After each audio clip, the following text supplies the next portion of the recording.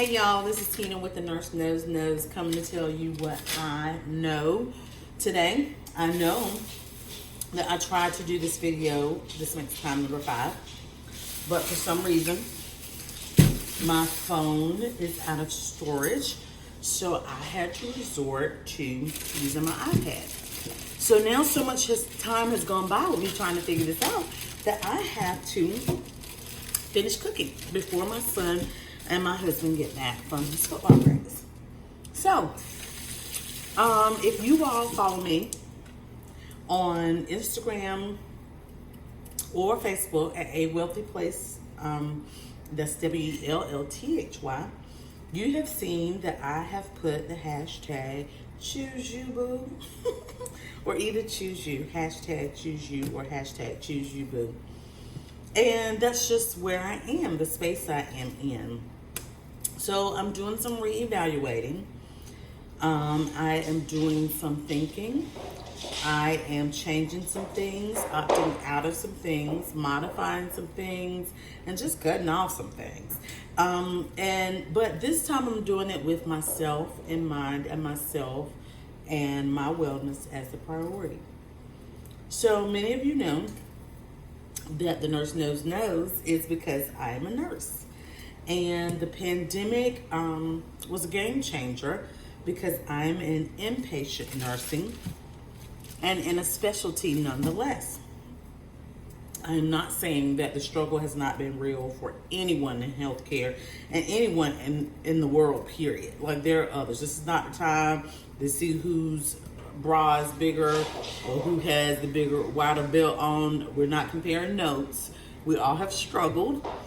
And I am talking about the struggle from the standpoint of an inpatient nurse, an inpatient specialty as well, and as a leader of one of those specialties. In my area, I am the only nurse leader, so I have been on call 24 hours a day, 7 days a week for over 2 years. And trying to do the same with much less or more with much less has taken its toll on me,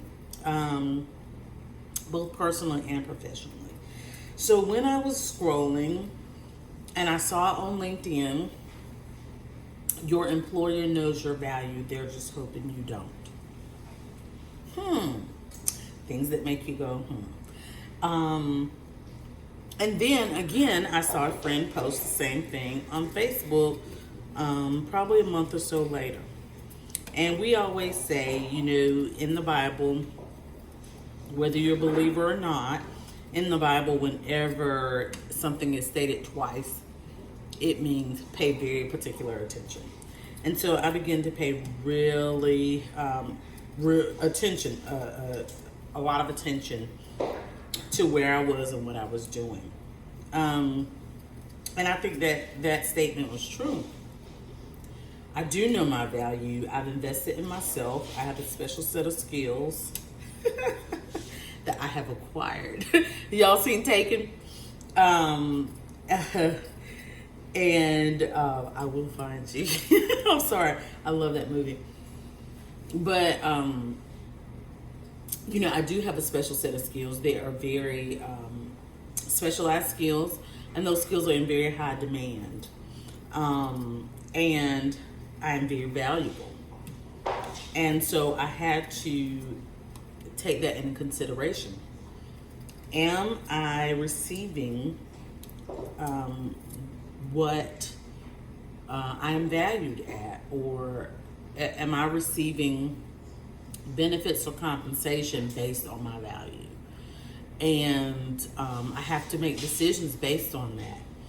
Now, this is not just about work. It's about any relationship. I don't know where we fell off in that all relationships are permanent. I'm not a job hopper or any other kind of hopper. I make a commitment. I stick to it. But as we grow, our lives should grow. And growth is, there's my daughter in the background. As we grow developmentally, we grow internally, we should also grow externally, and there should be some changes that match that growth. And when we talk about Erickson's theory of development or in his developmental stages, it requires something different for each phase and stage of life. And so you have to take that in consideration. But typically, where the greatest stress, and I'm talking about me, and I know, we always say, if you feel something, you can't be the only one.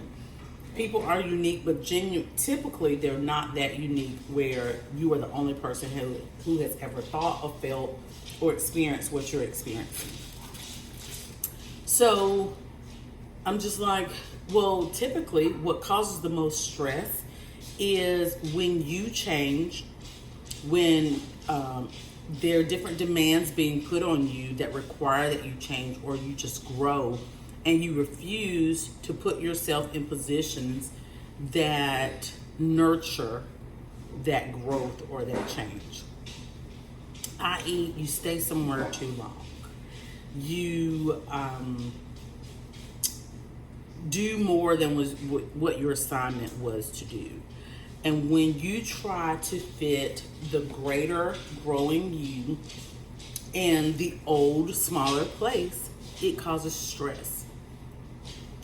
And I'm not saying that everything requires that you leave or that you cut off, but some things do.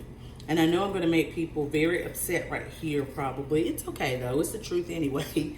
When you grow, people want you to stay in relationships forever. And I believe that marriage is a commitment, and in that commitment, my husband and I agreed to grow together. And that's one thing that we have committed to. But in relationships, when one person is growing and the other person is not, the stress and the tension comes in when you force yourself to stay in a place where you no longer fit. The same is true about work. And then you start feeling undervalued and underappreciated. The same thing comes with relationships, friendships even. The friends you had at 20 may not. Hopefully some of them are. But all of them will not be the friends that you will keep for the rest of your life because you've grown. And when you all don't grow, period, together, or you don't grow in the same ways, then you don't maintain that relationship, or you don't have the same caliber of relationship. The same is true for church. Don't get mad, saints. The same is true there, is when you grow and your needs become different, hopefully those needs can be met there, but if they can't, it is perfectly okay to find a place where you can continue to grow and you can support the growth in someone else. Relationships are meant to be beneficial. Anything that does not continue to grow dies. Show me where I'm wrong. Plants that grow continue to live. When they don't grow anymore, they typically die. When you don't feed them, you don't nourish them. That's what I mean when I say grow. I don't mean you have to get taller or get bigger. I mean you have to continue to be fed. You have to continue to be nourished. There is growth that you can't see. There's exchange of nutrients and so forth, where when a plant is planted, it gets nourishment from the ground so that it can continue the internal process of growth, and then it adds back to the ground beautification, right?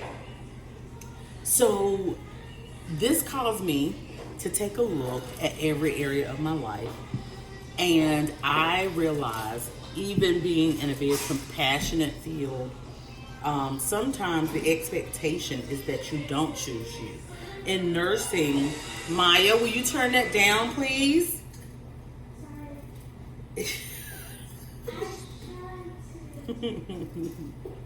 Children. In some places, if you don't, it is expected that you make yourself fit in order to stay. When relationships start to drain me, I start to feel it, and I feel bound, muzzled, and silenced. I cannot grow or help the person grow under those circumstances. And so I start to back out. And the same is true everywhere. So this is twofold. One, make sure that you remain your priority in all relationships. And when you start to grow, you need to assess whether that field, that profession, that relationship, no matter what it is enhancing your growth or whether it's stifling your growth. And if it's stifling your growth, I challenge you to make you the priority and either find out what you need to do to grow or where you need to be that's going to help you grow and that you can reciprocate. And so, in doing so, I have to look at my value. I had to have some serious conversations at my job, some serious limitations, some serious demands, and I made the choice that was best suited for me and my family. And I have not been happier. I have slept better. I haven't lost a pound though, but I did not realize the weight that this was having on me. And people are going to have a lot of opinions about what you should do about yours and your life.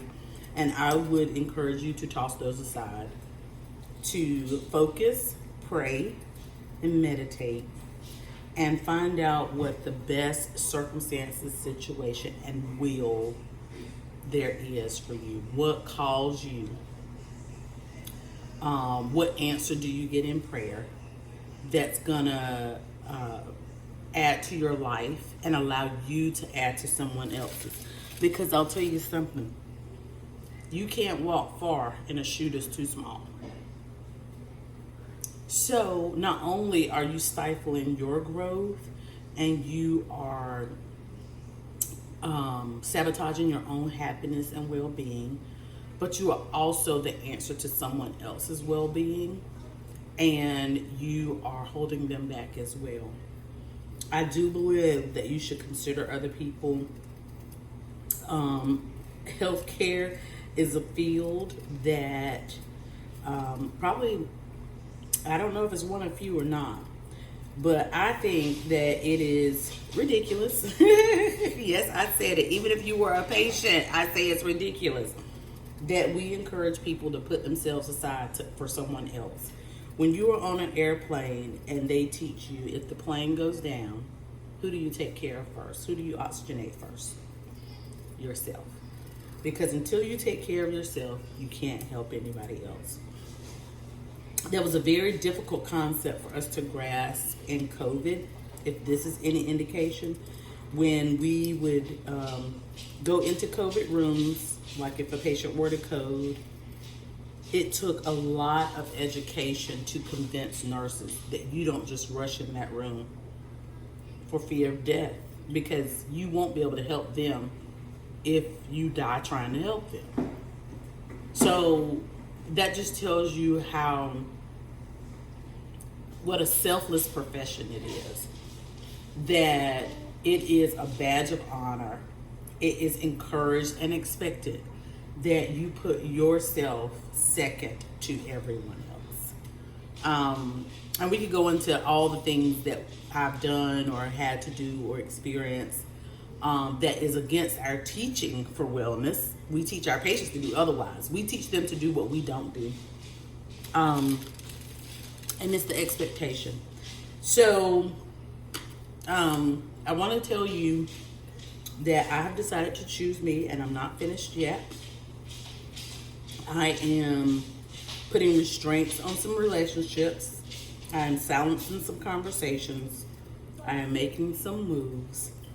I am distancing myself from some people, some situations.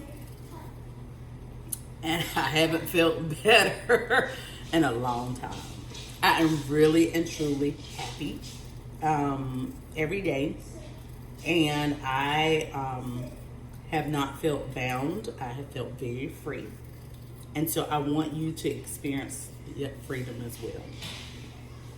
So this is Tina signing out in her kitchen because the first 4 videos didn't work, and telling you that when you start making choices, choose you, boo. Make you first. Make you the priority, because you can't take care of your others if you don't take care of you. And you'll never achieve your optimum outcome if you are not as well as you can be and the best that you can be. And sometimes that means snip, snip. So do the snipping and continue in the process. And don't forget, choose you, boo. I'll talk to you later. Bye.